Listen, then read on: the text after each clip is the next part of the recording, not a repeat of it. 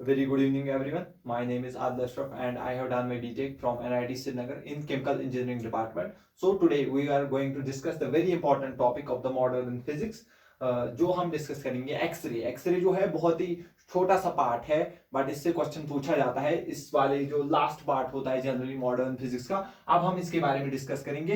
तो आपको पता होगा, जैसे नेचर में अगर आप देखोगे तो नेचर हमेशा क्या है, सिमेट्री को पसंद करता है। किसको पसंद करता है? सिमेट्री को। अगर आप देखोगे, जब जब हमने पहले पढ़ा था डिब्रोगली वेवलेंथ में, तो हमने क्या कहा था?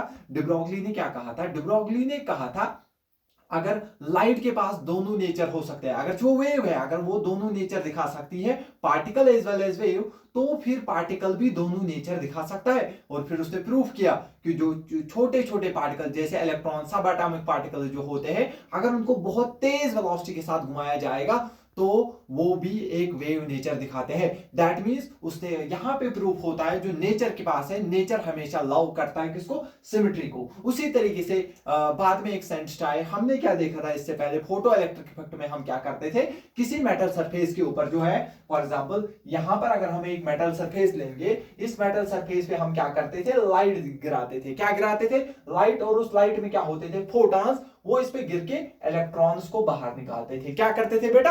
इलेक्ट्रॉन्स को बाहर निकालते थे। तो कुछ देर बाद रॉटिंजर जो है, रॉटिंजर साहब जो है, उन्होंने एक्सरे को डिस्कस किया था। उनको एक आइडिया आया, उन्होंने कहा जैसे डिब्रोगली ने सोचा था जो नेचर है वो सिमेट्री को पसंद करती है, तो मैं भी एक बार देखूंगा अगर हम फोटॉन गिरा के इलेक्ट्रॉन निकालेंगे, फोटॉन गिरा के इलेक्ट्रॉन निकाल सकते हैं, तो क्यों ना हम उल्टा करें, इलेक्ट्रॉन गिरा के फोटॉन निकालेंगे। यानी कि एक्सरे में क्या करना है हमें? इलेक्ट्रॉन गिरा के फोटॉन निकालने हैं। देखना बेटा इसने क्या किया, सबसे पहले देखना इसने एक इस तरीके का सेटअप बनाया। मैंने बहुत सिंपल तरीके से, किताब में देखो थोड़ा कॉम्प्लेक्स बनाया हुआ है, लेकिन हमने बहुत सिंपल बनाने की कोशिश की है। यहां पे हमने क्या किया, एक बैटरी ली। आप बोलोगे ये एस क्या बनाया? ये एस जो है ये हम सिंबल दिखाते हैं जब हमारे पास एसी बैटरी होती है। क्या होती है बेटा? एसी बैटरी होती है। तो हमने यहाँ पे बैटरी लगाया। बैटरी लगाते ही इस जो है इसमें सर्किट में क्या है, करंट फ्लो हो गया। सर्किट में क्या हो गया? Current flow. और जो करंट इस फिलामेंट के थ्रू चला गया, तो धीरे धीरे आपने देखा होगा, अगर आपने देखा होगा जैसे घरों में हीटर लगे होते हैं, जैसे करंट चलता है, जैसे करंट चलता है तो वो हीट अप होने स्टार्ट होते। उसी तरीके से यहां पे जैसे जैसे करंट चला, जैसे जैसे ये फिलामेंट जो है ये हीट अप हो गया। ये फिलामेंट क्या हो गया? हीट अप हो गया। जैसे ये फिलामेंट जो है हीट अप हो गया, इससे जो है हमने इसके आगे जो है एक बेरियम ऑक्साइड की कोटिंग कर दी। क्या कर दी बेटा? बेरियम ऑक्साइड की कोटिंग कर दी। हमने करंट चलाया, करंट चलते ही ये हीट अप हो गया। क्या हो गया? अपने करंट में पढ़ा होगा, जो हीटिंग इफेक्ट होता है करंट का, वो होता है I square R into T. I square R into T. समझ आ गया? देखो जैसे यहां पे करंट चली, जैसे यहां पे करंट चली, ये क्या हो गया? हीट अप हो गया। क्या हो गया? Heat up. हीट होते ही इलेक्ट्रॉन एक्साइट हो गए, और इससे धीरे धीरे क्या हो गया, जैसे हमने थोड़ा टाइम देखा, थोड़े टाइम बाद इससे जो है बेटा इलेक्ट्रॉन्स निकालने स्टार्ट हो गए। इलेक्ट्रॉन निकालने स्टार्ट हो गए। लेकिन इसने देखा, ये जो है सॉरी रॉटिंजर साहब जो है, इन्होंने जैसे ही ये एक्सपेरिमेंट लगाई, स्टार्ट की, यहां से इलेक्ट्रॉन निकले, यहां से इलेक्ट्रॉन निकले, लेकिन अभी भी कुछ काम नहीं बना। क्योंकि आराम से अगर इलेक्ट्रॉन जाएगा, टारगेट मेटल को हिट करेगा, तो कोई खासा फर्क नहीं पड़ता है, एक्सरेज प्रोड्यूस नहीं होती है। ध्यान से सुनना, एक्सरेज तब प्रोड्यूस होती है जब ये इलेक्ट्रॉन बहुत तेजी के साथ टकराएंगे। क्या टकराएंगे बेटा? बहुत तेजी के साथ। तो अब रॉटिंजर साहब जो है थोड़े बहुत परेशान हुए, लेकिन उसी टाइम उनको याद आया कि मैं बैटरी लगाता हूं, बाहर से एक बैटरी लगाएंगे। तो उन्होंने क्या किया, बहुत बड़ी बैटरी, किलो वोल्ट्स वाली बैटरी लगा दी। जैसे यहां पे हम देखते 5000 वोल्ट की बैटरी तकरीबन रॉटिंजर साहब ने लगाई। और जैसे ही बैटरी लगाई, इनके पास दिमाग बहुत जबरदस्त था, तो इनको पता था इसका हाई पोटेंशियल में इस साइड रखूंगा तो यहां पर आ जाएगा हमारे पास हाई पोटेंशियल। क्या आ जाएगा? High potential. और यहां पर आ जाएगा हमारे पास लो पोटेंशियल। और हमको पता है इलेक्ट्रिक फील्ड डेवलप होता है हाई पोटेंशियल से लेके लो पोटेंशियल की तरफ। कहां से बेटा? हाई पोटेंशियल से लेके लो पोटेंशियल की तरफ इलेक्ट्रिक फील्ड प्रोड्यूस होता है। और इसको पता था इलेक्ट्रॉन एक नेगेटिव चार्ज पार्टिकल है। अगर ये इलेक्ट्रॉन पॉजिटिव चार्ज पार्टिकल होता तो जिस तरफ इलेक्ट्रिक फील्ड होती है उस तरफ फोर्स लगता है। लेकिन अगर नेगेटिव चार्ज पार्टिकल होता है, अगर जिस तरफ इलेक्ट्रिक फील्ड होती है उसके अपोजिट में नेगेटिव चार्ज पार्टिकल भागता है। सिमिलरली हमारे पास कौन सा चार्ज पार्टिकल है, इलेक्ट्रॉन। तो सर इलेक्ट्रॉन क्या है, इलेक्ट्रॉन है negative charge particle.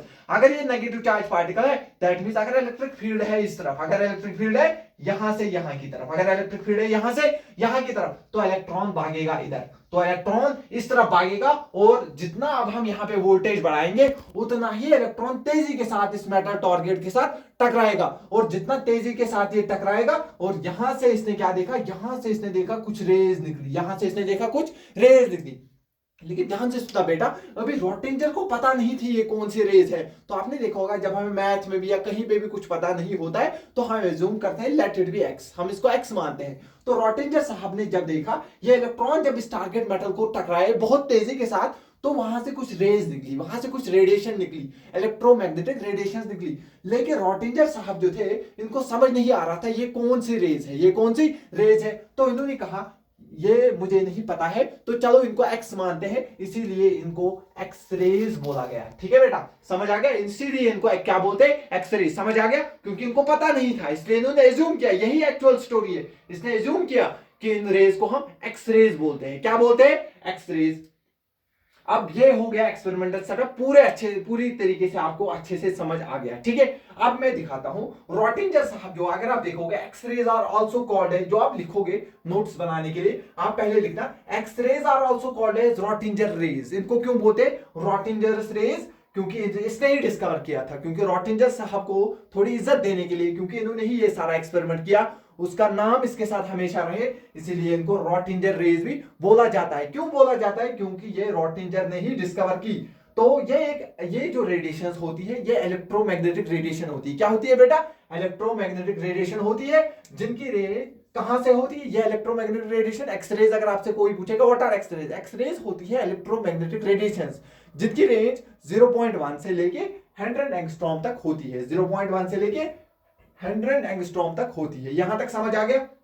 X-rays are also produced, कब एक्सरे प्रोड्यूस होती है, मैंने आपको पहले ही कहा जब ये electron fast moving electron metal target के साथ टकराएगा, मेटल टारगेट के साथ टकराएगा, लेकिन वो मेटल टारगेट का जो मेल्टिंग पॉइंट है वो बहुत हाई होना चाहिए, उसका एटॉमिक नंबर बहुत हाई होना चाहिए, इसीलिए मैंने लिखा है X-rays are producing whenever the fast moving electron strike the target metal, जिसका एटॉमिक नंबर हाई होगा और जिसका मेल्टिंग पॉइंट भी हाई होगा। ये भी समझेंगे एटॉमिक नंबर क्यों हाई होना चाहिए, मेल्टिंग पॉइंट क्यों हाई होना चाहिए, अभी समझेंगे हम। और एक्स रे जो है ये दिखती नहीं है इंसान को, इनविजिबल रेज होती है। तो फिर सर कैसे इनको पता चला, क्योंकि इन्होंने यहाँ पे कुछ फोटोग्राफिक प्लेट लगाया, जैसे ही फोटोग्राफिक प्लेट को ये टकराई तो वहां पे कुछ कलर दिखा इनको, समझ आ गया, तो उस वजह से पता चला दैट मींस ये इनविजिबल है, हम इनको देख नहीं सकते, बट ये फोटोग्राफिक प्लेट पे इफेक्ट कर सकते हैं। समझ आ गया, यहां तक आपको समझ आ गया। यहां पे मैं थोड़ा बहुत और आपको समझाना चाहूंगा, लेकिन आप समझो जो ये यहां से जो इलेक्ट्रॉन निकले बहुत ही फास्ट मूविंग इलेक्ट्रॉन थे, लगातार ये टारगेट मेटल को हिट कर रहे थे। आप देखोगे जब भी हम किसी चीज को लगातार मारते हैं तो धीरे धीरे वो जो है हॉट होना स्टार्ट हो जाता है, गर्म हो जाता है। तो अब ये ज्यादा गर्म ना हो जाए, गर्म होके ये मेल्ट हो सकता था, इसीलिए इन्होंने क्या किया, यहाँ पे एक कूलेंट लगाया। ठीक है, यहाँ पे इस तरीके का सेटअप लगाया, क्या लगाया, सेटअप लगाया। तो सेटअप में हमने क्या किया, यहाँ पे कुछ कूलेंट वाटर भी डाल सकते हैं, जो सबसे सिंपल कूलेंट होता है वो वाटर होता है, अदरवाइज हम बहुत सारे अलग टाइप के भी कूलेंट होते हैं। और यहाँ पे हमने वाटर डाला तो वो इस प्लेट के थ्रू गुजरा, तो इसमें जो हीट थी वो वाटर में ट्रांसफर हुई और यहां से कूल वाटर निकला। और जब यहां से हमने कूल वाटर इसमें डाला तो बाहर अगर हम देखेंगे तो ऑब्वियसली आप बोलोगे सर जो वाटर बाहर निकलेगा वो ऑब्वियसली क्या होगा, हॉट होगा, क्योंकि वो हीट ट्रांसफर जो है इस टारगेट मेटल से उस वाटर में हुआ होगा। तो यहां पर ही हमें कुछ इंपॉर्टेंट प्रॉपर्टीज पता चलती है टारगेट मेटल, यानी कि टारगेट मेटल ऐसे नहीं कि कुछ भी आपने लगाया, टारगेट मेटल ऐसा लगाना है जिसमें थर्मल कंडक्टिविटी बहुत अच्छी हो, थर्मल कंडक्टिविटी बहुत अच्छी हो। पता चला ये गर्म हुआ लेकिन ये वाटर में हीट ट्रांसफर ही नहीं कर पा रहा है, कुछ टाइम बाद आपने देखा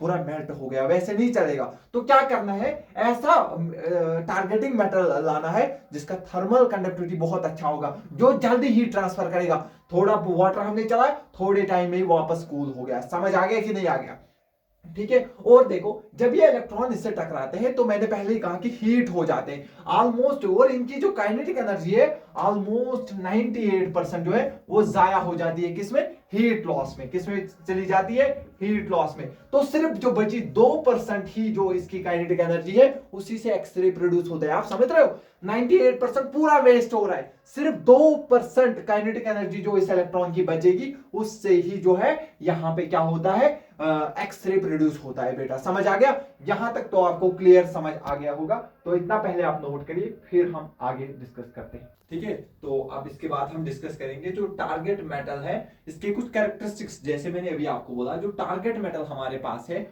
उसके कुछ खास कैरेक्टरिस्टिक्स है। जैसे कि क्योंकि जैसे जैसे इलेक्ट्रॉन इस पे स्ट्राइक करेंगे, फास्ट मूविंग इलेक्ट्रॉन्स, तो ये धीरे धीरे जो है गर्म हो जाएगा। और ये थोड़ा बहुत गर्म नहीं होता, बहुत हाई टेम्परेचर तक चला जाता है।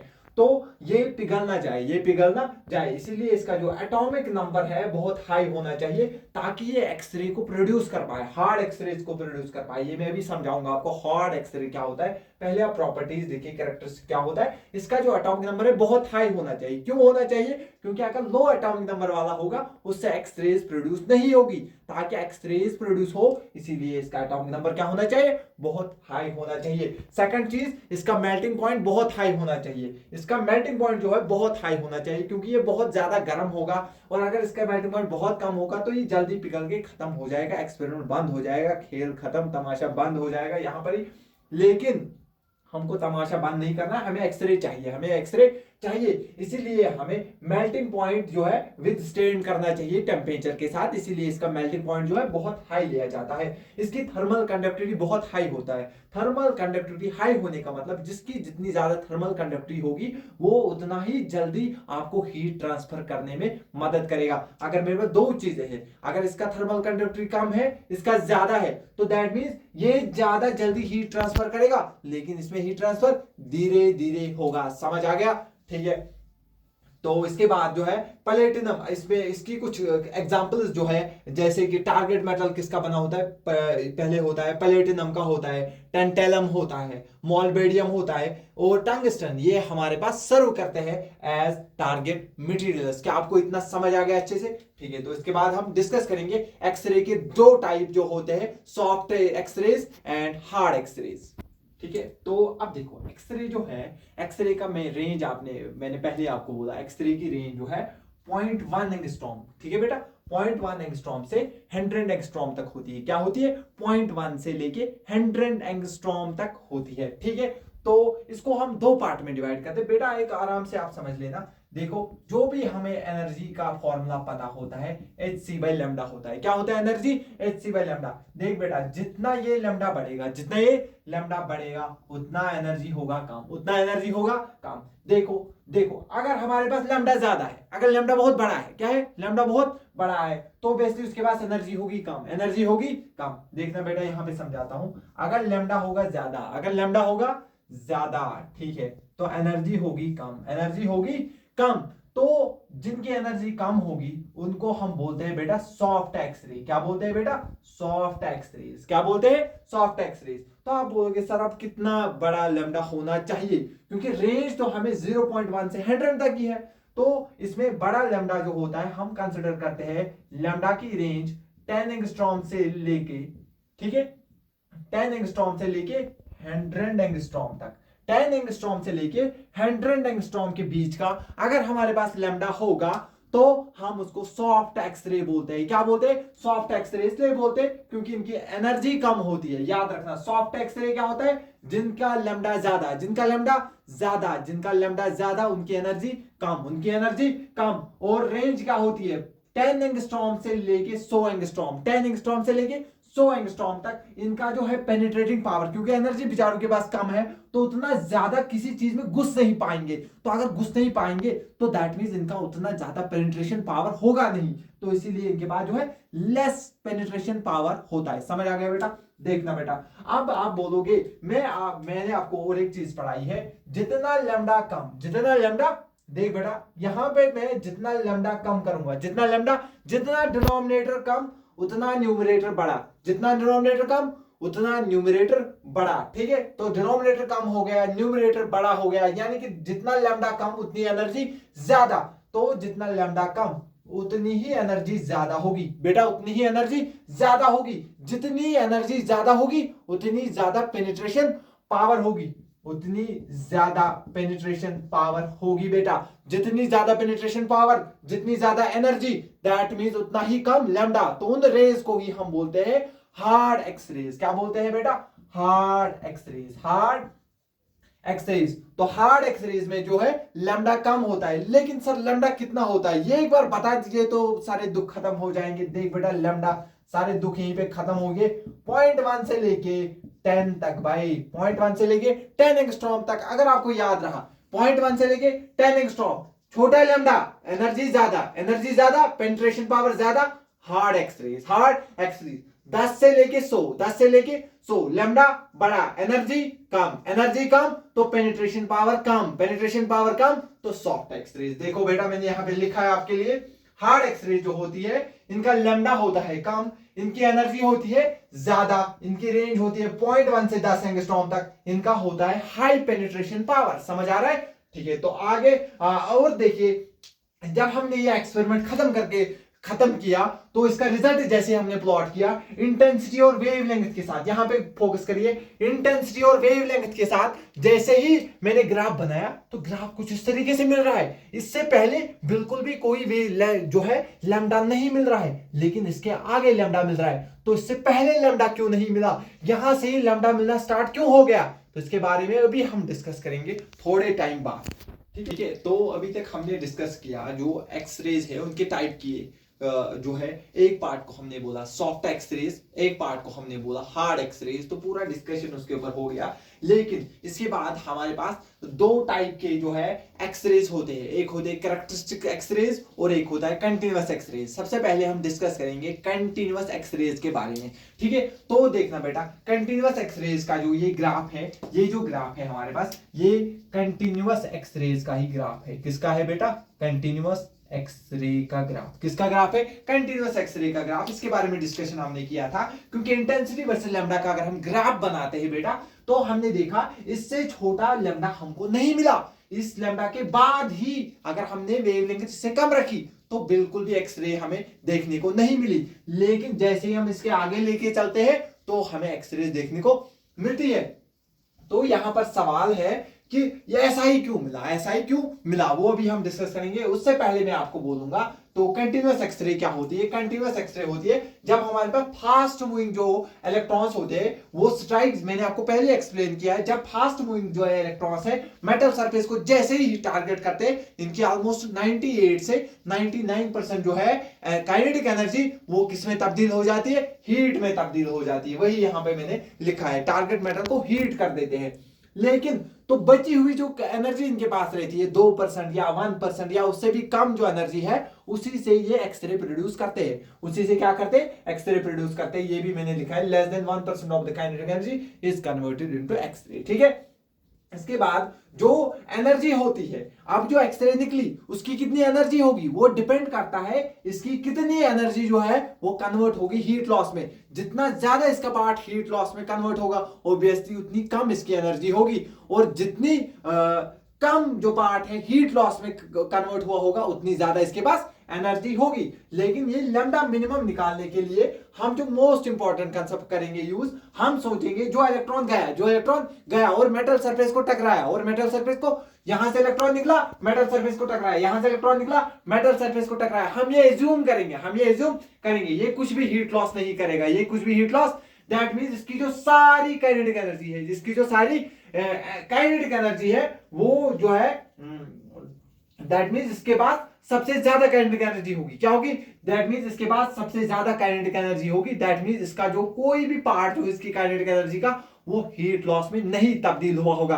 दैट मींस इसकी पूरी की पूरी काइनेटिक एनर्जी ऐसी ही रही होगी। तो अगर इसकी काइनेटिक एनर्जी ऐसी रही होगी तो क्या मैं लिख सकता हूं जो जो मैंने पहले ही बोला, हम एज्यूम करते हैं इस इलेक्ट्रॉन ने कुछ भी जो है अपनी काइनेटिक एनर्जी का जो है पार्ट लॉस नहीं किया है। काइनेटिक एनर्जी का कुछ भी पार्ट इसने लॉस नहीं किया। जितनी काइनेटिक एनर्जी है उतनी पूरी काइनेटिक एनर्जी के साथ ये मेटल सरफेस को टकराया। लेट अस से इसके पास 100 जूल है तो ये 100 जूल से सीधे टकराया, और जैसे ही 100 जूल से टकराया ये ऐसे टकराया है तो इसने पूरी 100 की 100 जूल वाली एनर्जी जो है अपने फोटॉन को दे दी है। किसको दे दी है बेटा? फोटॉन को दे दी है। दैट मींस जिस एनर्जी के साथ टकराया है, जिस एनर्जी के साथ, उसमें कोई भी पार्ट हीट में नहीं हुआ लॉस, कोई भी पार्ट हीट में लॉस नहीं हुआ। तो सर क्या हुआ, जितनी इसके पास एनर्जी थी, ये जैसे ही फोटॉन के, ये मैं ऐसे आपको समझाता हूं, देखना यहां पे अच्छे से।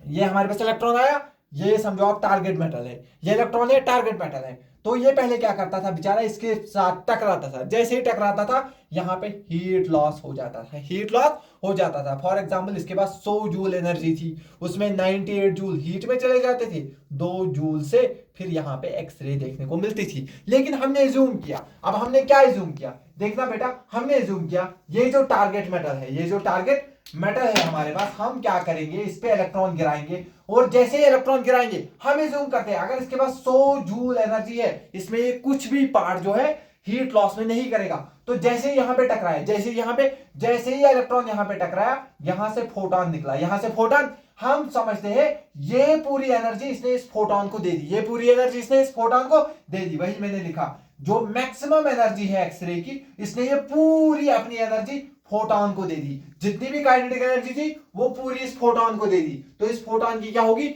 Maximum energy. क्यों मैक्सिमम एनर्जी होगी, क्योंकि हमने माना इसने कुछ भी पार्ट जो है वो हीट लॉस में नहीं किया। दैट मीन जितनी भी इलेक्ट्रॉन के पास काइनेटिक एनर्जी थी, उसने पूरी काइनेटिक एनर्जी है वो इस फोटॉन को दे दी, वो इस फोटॉन को दे दी। तो हमको पता है काइनेटिक एनर्जी को मैं लिख सकता हूं hc/λ, hc/, लेकिन मैंने मैक्सिमम लिखा है। अगर एनर्जी मैक्सिमम होगी तो हमारे पास लैम्डा मिनिमम होता है, वेवलेंथ क्या होगी, मिनिमम होगी। और जब भी पोटेंशियल डिफरेंस में किसी भी चार्ज पार्टिकल को रखते हैं तो उस पे कितने, वो किस रेट से एक्सेलरेट होता है, वो होता है किसके साथ, E इंटू वी। तो दैट मींस यहां पे उसकी काइनेटिक एनर्जी होगी E into V, E into V. समझ आ गया? hc/λ क्यों लिखा, एनर्जी होती है hc/λ। लैम्डा मिनिमम लिखा, लैम्डा मिनिमम क्यों लिखा, क्योंकि एनर्जी मैक्सिमम है, एनर्जी मैक्सिमम है। और जब भी पोटेंशियल डिफरेंस के दरमियान मैं किसी चार्ज पार्टिकल को रखूं तो उसकी काइनेटिक एनर्जी क्या होती है, E into V, E into उसका चार्ज इंटू पोटेंशियल डिफरेंस, उसका चार्ज इंटू पोटेंशियल डिफरेंस, उसका चार्ज इंटू पोटेंशियल डिफरेंस। तो यहां से अगर मैं देखूं, ये hc को मैं लिख सकता हूं 1240 डिवाइड बाई लैम्डा मिनिमम। लेकिन आप खुद बोलोगे सर फिर तो ये लैम्डा किस में होना चाहिए, नैनोमीटर में होना चाहिए। और ये यहाँ पे इलेक्ट्रॉन वोल्ट में आंसर होता है, किस में होता है, इलेक्ट्रॉन वोल्ट में आंसर होता है, इलेक्ट्रॉन वोल्ट में आंसर होता है। तो यहाँ पे मेरे पास E इंटू वी, अगर मैं इलेक्ट्रॉन और इलेक्ट्रॉन को कैंसिल कर दूं, इलेक्ट्रॉन और इलेक्ट्रॉन को कैंसिल कर दूं, तो आपको क्या समझ आ रहा है, ये लैम्डा को इधर भेज दूंगा मैं, तो आपको समझ आ रहा है लैम्डा मिनिमम जो है ये इधर चला गया। तो यहां बचा 1240 डिवाइड बाई क्या चला जाएगा बेटा, डिवाइड बाई चला जाएगा वोल्टेज, डिवाइड बाई क्या चला जाएगी, बैटरी की वोल्टेज। और ये आंसर हमें किस में मिलेगा, ये लैम्डा जो है मिनिमम, लेकिन ये किस में मिलेगा, याद रखना ये नैनोमीटर में मिलेगा। समझ आ गया? क्योंकि देखो इसीलिए जितना हम वोल्टेज बढ़ाएंगे उतना लैम्डा कम होता जाएगा, उतना लैम्डा कम होता जाएगा। यानी कि इसीलिए हमें इससे कम लैम्डा देखने को नहीं मिलता है किसी भी पर्टिकुलर वोल्टेज पे। अगर हम वोल्टेज फिक्स करेंगे तो लैम्डा मिनिमम फिक्स होगा, कितना होगा, 1240 डिवाइड बाई जितना आपका वोल्टेज होगा। क्या आपको इतना समझ आ गया यहां तक? ठीक है, तो यहां तक तो क्लियर हो गया। कभी कभी देखना, अगर आपने इतना सारा, एक बार आप वीडियो को पॉज करिए और इसको नोट करिए, फिर मैं आपको दिखाता हूं वो किस तरीके के क्वेश्चन आपको इसमें पूछ सकता है। ठीक है,